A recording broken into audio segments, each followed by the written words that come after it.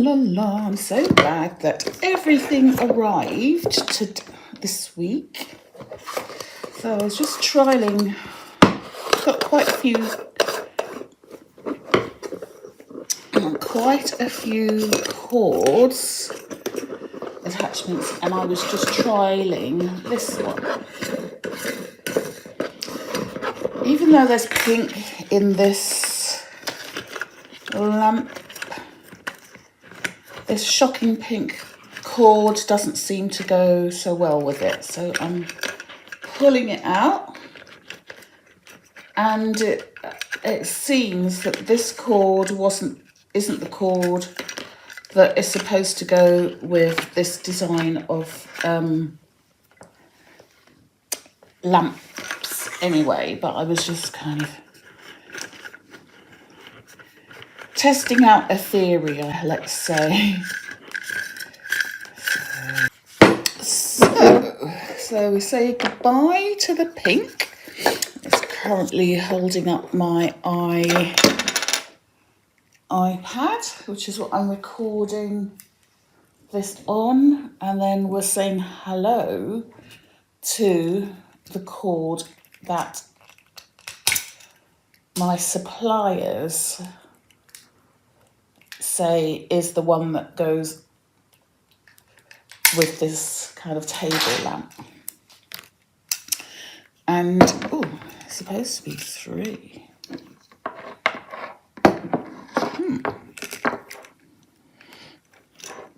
3 rings. I've got to tell them.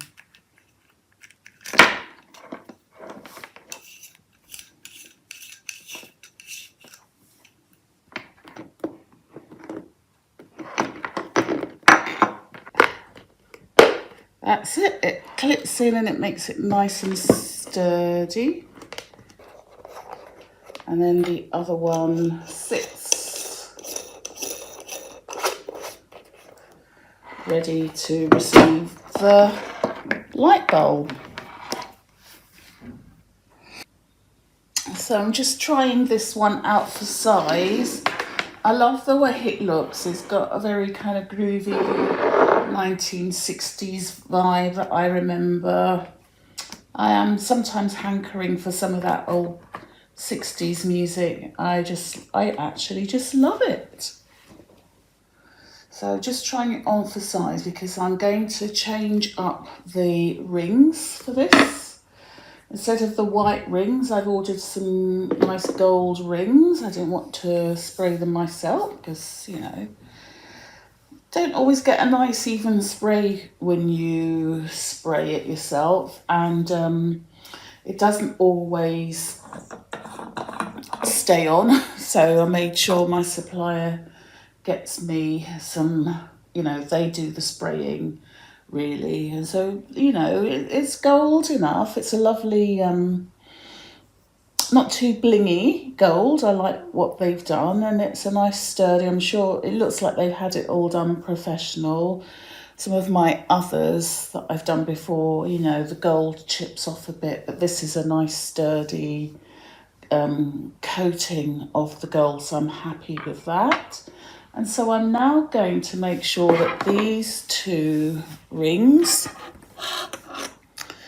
are swapped out. So I'm going to put that to the side. So that's my base done.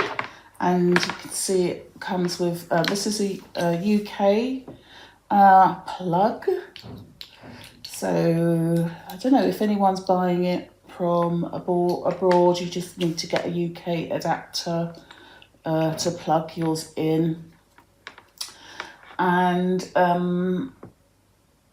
so I think it's an international adapter. When I travelled to America last year to do some work, I think I had my laptop, my iPad, my phone, and what else did I have? I had a couple of other, and I had to, I always forget this, and I had one time a friend had to send me, the adapter. So you can get UK travel adapters very easily. In this case, when I went to America, I had to get UK USA travel adapter, and I just simply plugged it in. I couldn't tell you where it is now because those are one of those things that get lost. But yeah, and I think if I had to go to the USA again, I would probably need to, in Heathrow Airport, buy another 2 travel adapters for my laptops and charging my phone. But I digress. So this is going to be changed over. So I was just experimenting there just to see what it looks like. So I'm now going to, instead of having white, because I think the white kind of takes a bit of the edge away. It doesn't make it look as glam as I wanted it to. I'm happy with the design and the surface. I just want, gold rings around it. So that's what I'm going to do now. Change over the gold rings, rewrap it so that it's the gold rings and it will fit on this lamp base. Ready to put in my shop, or shall I keep this one for myself? I don't know yet. So first I'm going to unravel.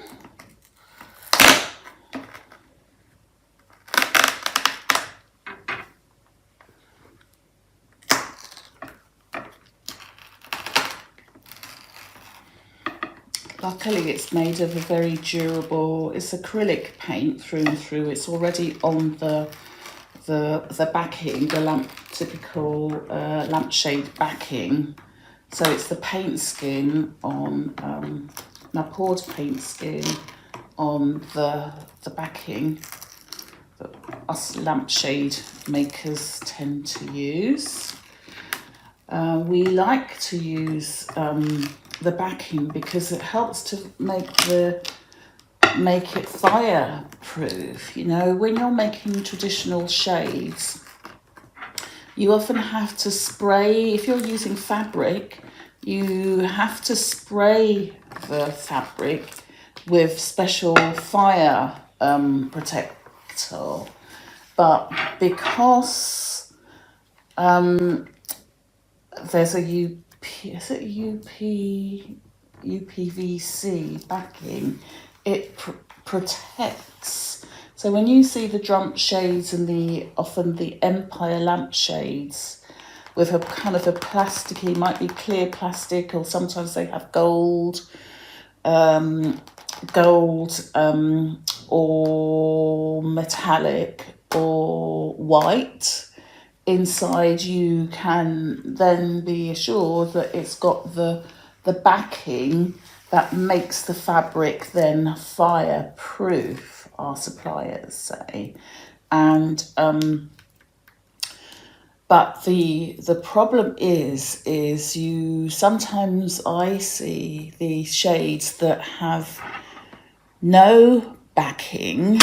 As a traditional lampshade maker, if you're stretching a piece of fabric, whether it's those lovely gathered shades that are in trend now,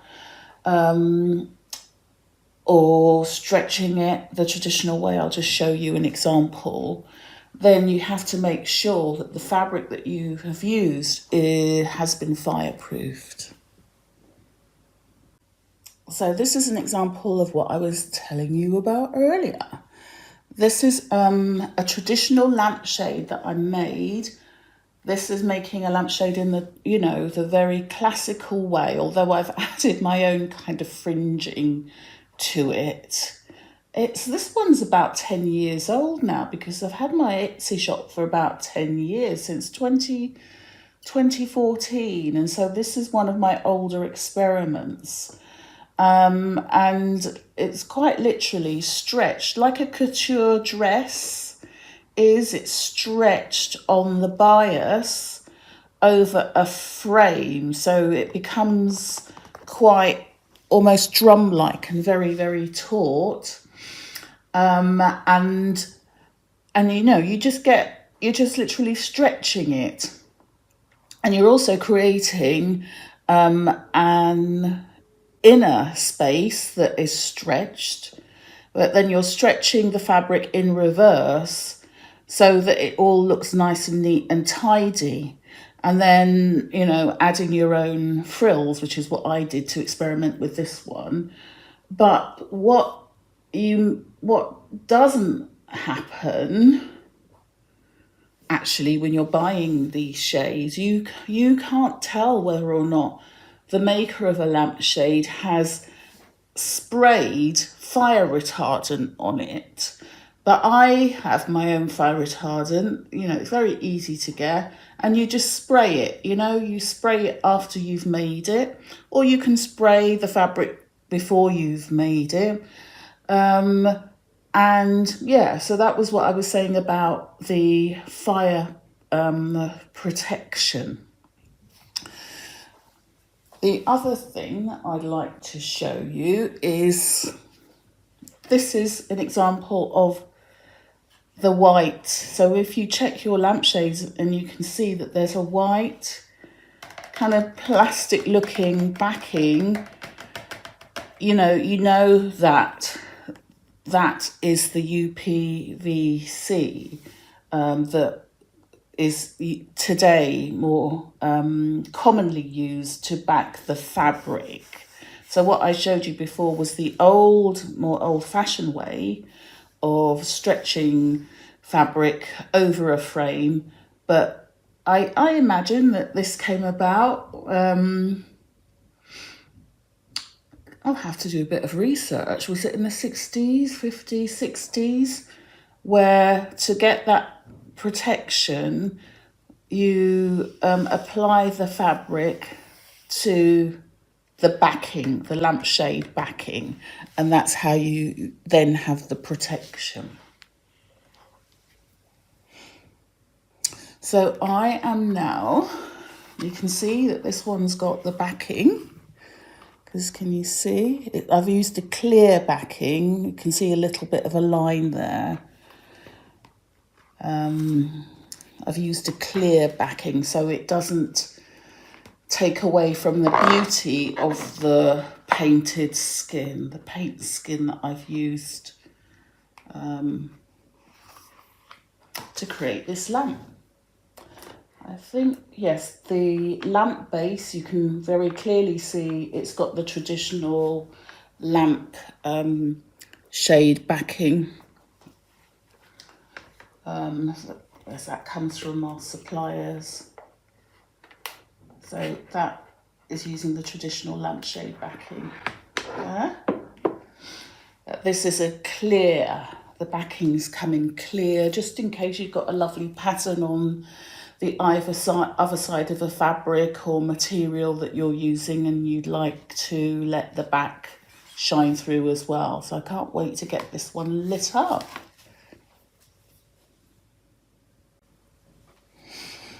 So I've been thinking, as I was looking for my tape, I was thinking about the kinds of colours that I might do. I did ask on Instagram, and one of my fellow art student, Louise, said, why don't you try one in purple? So I think I'm going to do definitely a purple, and I'm imagining purple and of course gold. But I'm also thinking I might try a blue, beautiful blue, maybe blue and metallic silver perhaps. And then I'm also thinking I'm going to really go to town with versions of this in white and metallic, so whether that's white and gold, white and pewter, white and silver.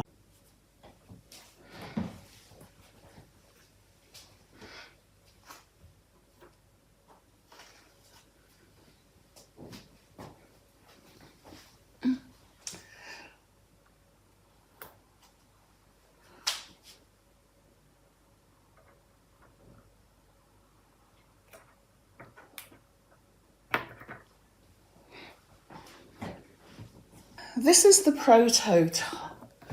This is a prototype. That's the word that I was looking for. But this was the first ever one that I've ever made. And if you look at my Instagram, you'll see my big eureka moment when I was experimenting, and I was, experimenting with pouring. Yeah, experimenting with pouring and putting, let's make sure. Ooh. Experimenting with pouring and putting paints and colours together.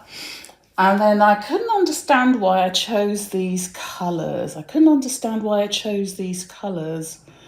But I was pleased with the colours because I used some alcohol inks and I mixed the mediums, and I was experimenting with the mediums, and I bound it in a very, say rudimentary way with some cotton bias binding at the top.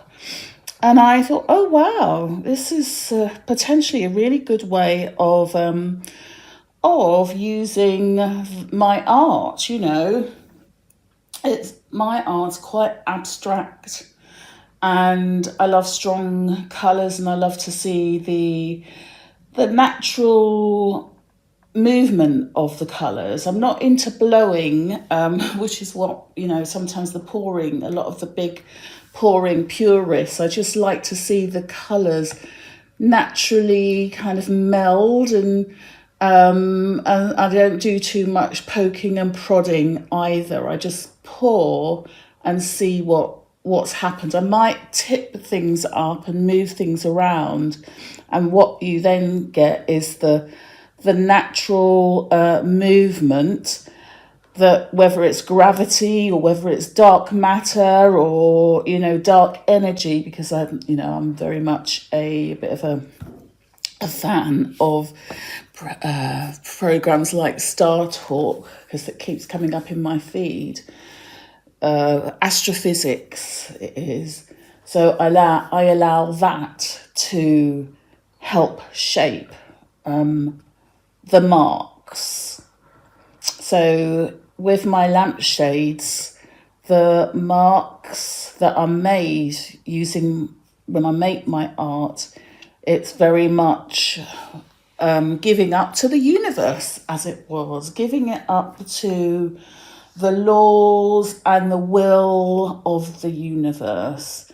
And then that's what gave me the idea to let's have a go at seeing whether or not I can make a self-contained lamp, because if anybody wanted to buy this shade, it would make sense that they also purchase the base that it comes on. So I don't think I've listed this one in my Etsy shop yet. So if you were to buy this shade, I will make sure that this comes part of it as if you were giving it as a housewarming gift and you didn't just want to buy a lampshade, say, I would create a package so that this funky Italian lamp base style, nice sturdy lamp base for you to use as well. I wouldn't want to sell it on its own, mind you, because it's a prototype. It's got all kinds of knocks and things like that. So I made this one in 2023, and I can say it stood the test of time. The painting hasn't deteriorated, nothing has worn away or anything, nothing's chipped off.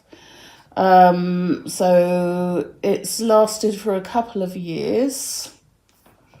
And what you get is just a natural, it hasn't all kind of chipped off. There are cracks that do appear, but I'm not sure whether it's because I knocked it. So I'm in two minds actually whether or not to sell this one, because this was the prototype. And we tend to get quite fond of the prototype. So yeah, I just might make more of these and sell them with the base. That'll be all. I probably will keep that because it's quite knocked. This is what I was telling you about earlier on. You know, when you spray the gold yourself, it chips very quickly. It's very easy to chip. So that's why it was a prototype for that. But because I purchased gold rings and my suppliers made sure that there's been professionals putting together the painting of the gold rings, you know, I'm not seeing any evidence of easy to chip. But the prototype certainly did chip quite a lot. But yeah, if anybody wants to make me an offer for, it's not available in the Etsy shop, but if anybody wants to make me an offer for this lamp shade, I will be very sad to see it go, but no, I might cut that out. So what was I doing? So that was the prototype for this. So my thoughts then into 2024 went to, how about trying to see whether you can make the whole piece into a lamp so that all of your art is the material of the lamp. Because you'll see on my Etsy shop, I've got a couple of goldy looking lamps that used a different kind of frame. And I felt that that was also kind of intruding onto the ultimate style of the lamp base. And what I wanted was for my art, all of my art, to be presented in a less kind of intrusive way, you know, no other kind of designs being integrated or even framing, you could say, my artwork. And I quite like the idea of, you know, this is what what I'm creating now, which is the table lamp, integrating my artwork, my poured artwork into a table lamp, because the base can very easily be made of my artwork, and the shade is also the artwork. So I'm very happy about that potential. So I'm now just getting everything ready, getting the 2 rings ready. So I like the idea of being able to integrate, you know, all my talents really, you know, as well as everything I do for my 9 to 5.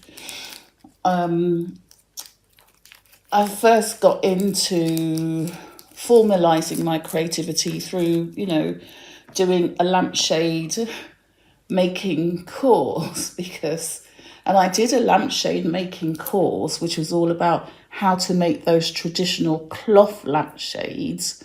And I did that because I needed to find a lamp for for this very high ceiling that I've got here. I bought this flat in 2009. And I thought, goodness, I can't see any lighting that will be, you know, be suitable. I couldn't see any lighting in the shots that would be suitable for being used in my double height ceiling apartment, as the Americans say about apartments. So I'm now rolling the shade. Oh, wrong way round. So I'm about to roll the shades, having made the rings, the new foundational rings sticky. These are the old rings, because I just put them together just to experiment. And now I'm about to roll the rings. You can see that I've attached a 40 watt max onto one of the rings. So anyone purchasing it then knows not to put more than 40-watt light bulb onto this shade. So now I'm about to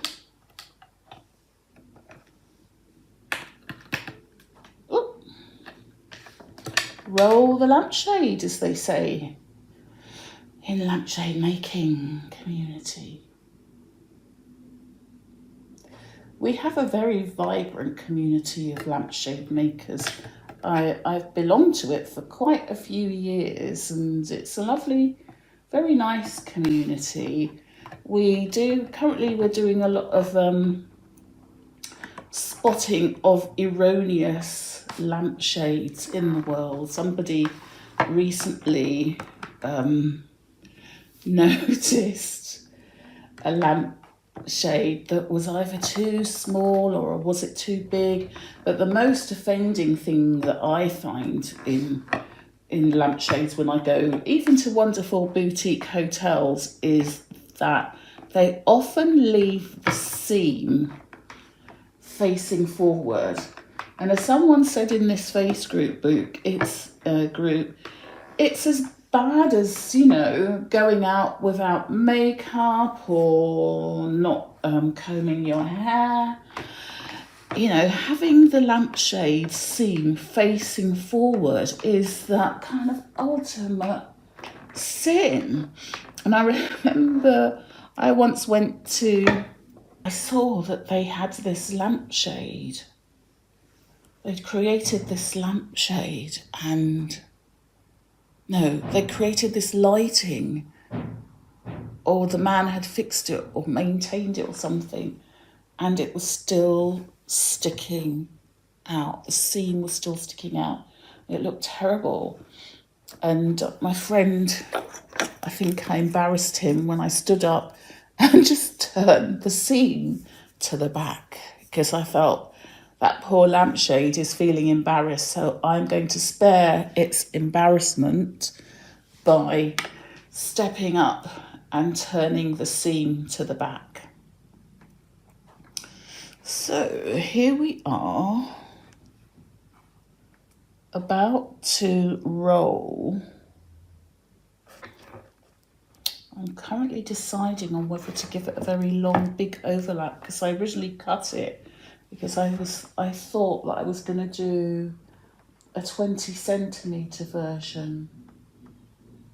But I think we'll go with this 30 centimetre version for now.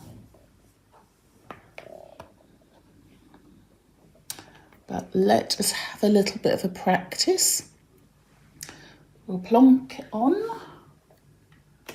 the lamp base, put a light bulb on it, and see what happens. There's still more I need to do, but I thought just get the initial roll going. I love it. Beautiful.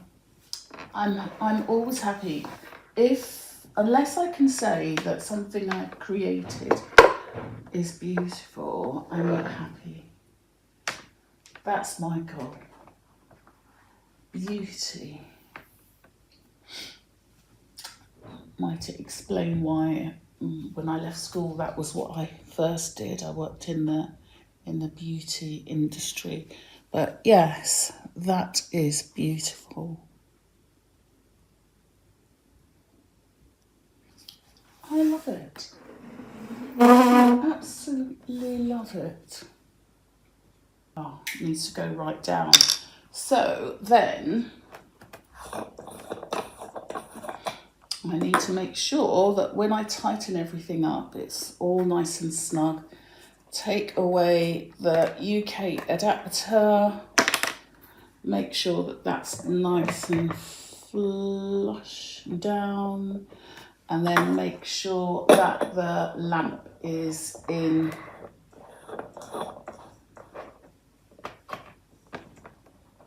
tight, snug. You don't need to over wind it. I just love how the metallic has just come out. It's beautiful. So excited about that one. And then, hey presto. Wonderful. What I wanted to do is to see how the light billows out from underneath. It makes the patterns look quite subtle, I think. Makes the patterns look quite subtle. And then the emphasis is on the base. And it picks up all that mica that I used in the paint. And it's a very different look, isn't it, to when you switch it on. Off, I meant. Whereas the whole thing is quite sculptural, I find. It's given me ideas about the ones that I might do in future and what the edging might look like and how I might get the edging to nicely fuse in with. I love this kind of sculptural look, and maybe I need to use a smaller watt bulb. So it's given me some food for thought. I might experiment and see what kinds of bulbs that I can use to do justice to the patterning of this, or it might be about the backing, I think, because yeah, I want to tone down in this pattern. I'm finding that the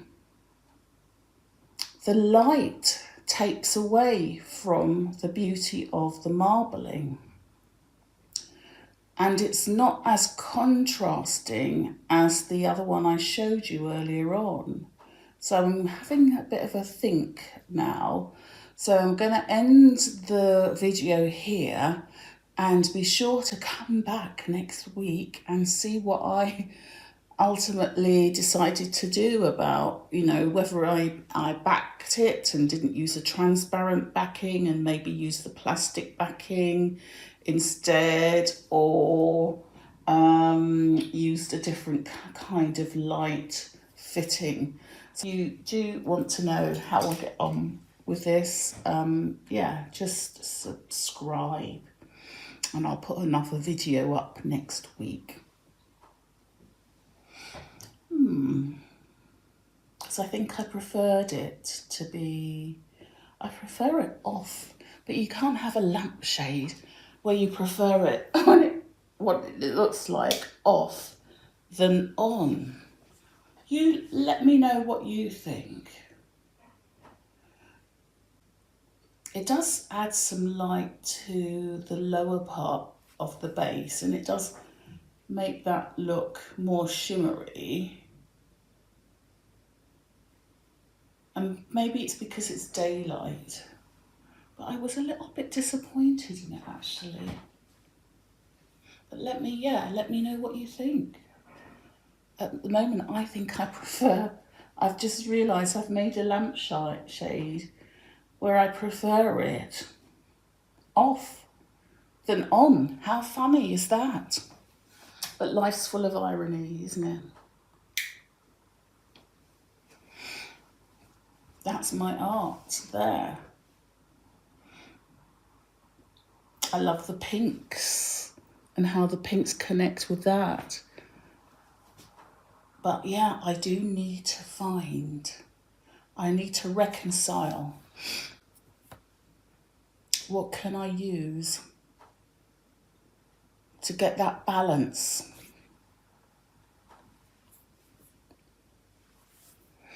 Between having